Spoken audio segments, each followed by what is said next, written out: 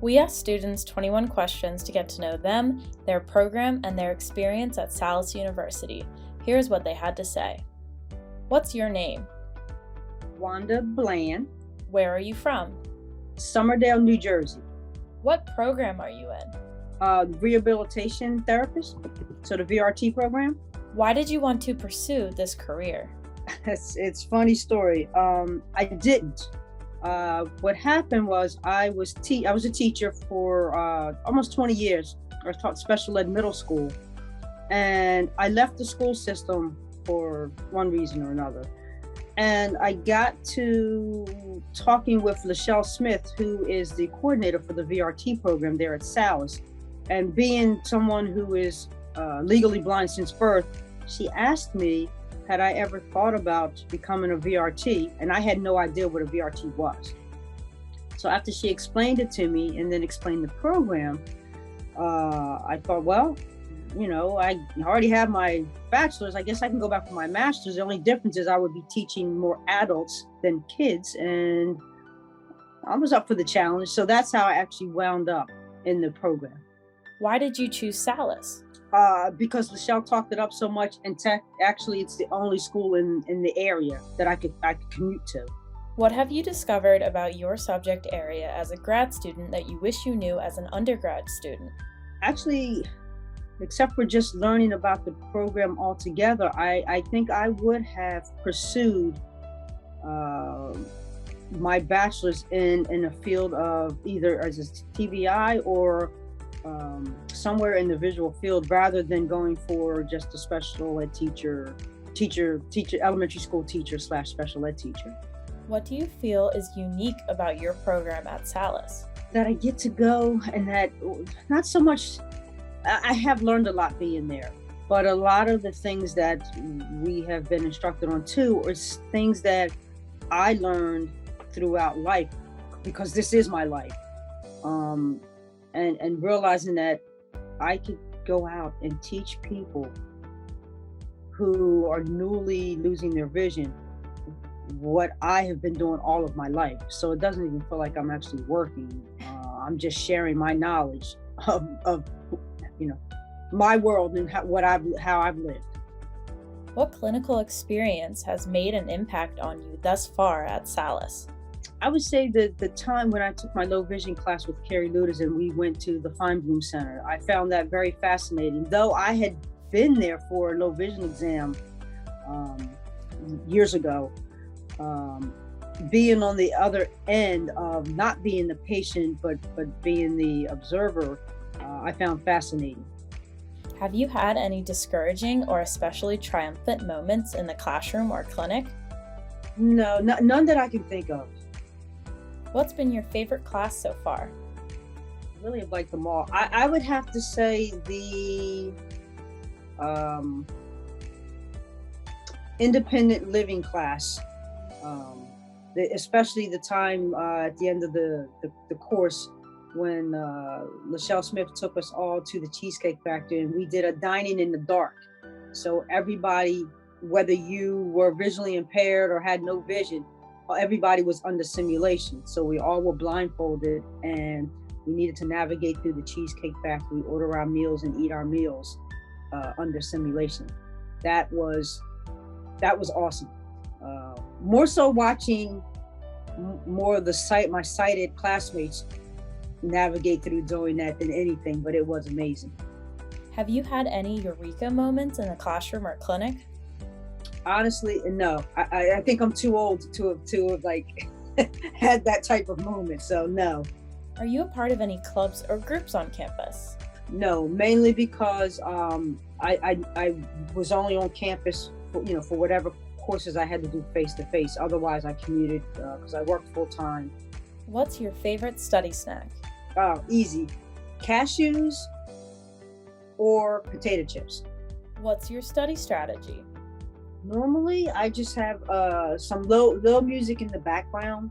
It doesn't distract me, but it's just something there. And I like kind of being isolated where I have no distractions. Where's your favorite spot to study on campus? I have a small bedroom that's no longer being used, so I turned it into my office.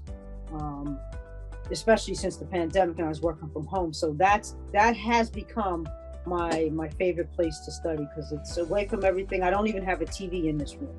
What advice would you offer a peer who might be struggling in a specific subject or class? Seek out whoever the instructor is, because I have found that all of the instructors that I have had encounters with at Salus have been of tremendous help. Always willing to answer any questions and assist with any issues that have occurred. And also, classmates are another good source to seek out. So I would say if you're struggling in any way, shape, or form, seek out a classmate or a professor or one of the instructors that can guide you through. If you can even make a connection with someone who has previously had the course, that's even better because they've already been there and done that, and maybe have gone through some of the stresses you're going through, and can help you guide through it. How have you felt supported as a student and an individual while enrolled at Salus? Just knowing that any faculty member or the OS department has been fantastic too. When I was in a position where I needed like accessibility accommodations, they were Dr. Carwell and his staff was always fantastic on taking care of emailing whatever my professor, whatever course I had was. People in the registration office, because my assistive technology does not particularly care for the register site where you go in to register for courses. And I've never been able to navigate through it and do it myself. So whenever I've emailed anyone in the registrar's office, they've always freely registered me for whatever class I needed. So I find that of tremendous help and like a weight taken off, that no one I've asked help from has turned me down, or I even had to wait to get a response from them. Where's your favorite place to chill between classes, on campus or in the community at large? That at this time now would probably be at my daughter's, hanging out with my 2 grandkids. How has going virtual impacted your learning experience? You know what? It hasn't. Because when we went virtual, I was just beginning my field experience, and now I'm doing my internship, which would have been virtual anyway. So it hasn't, not one bit.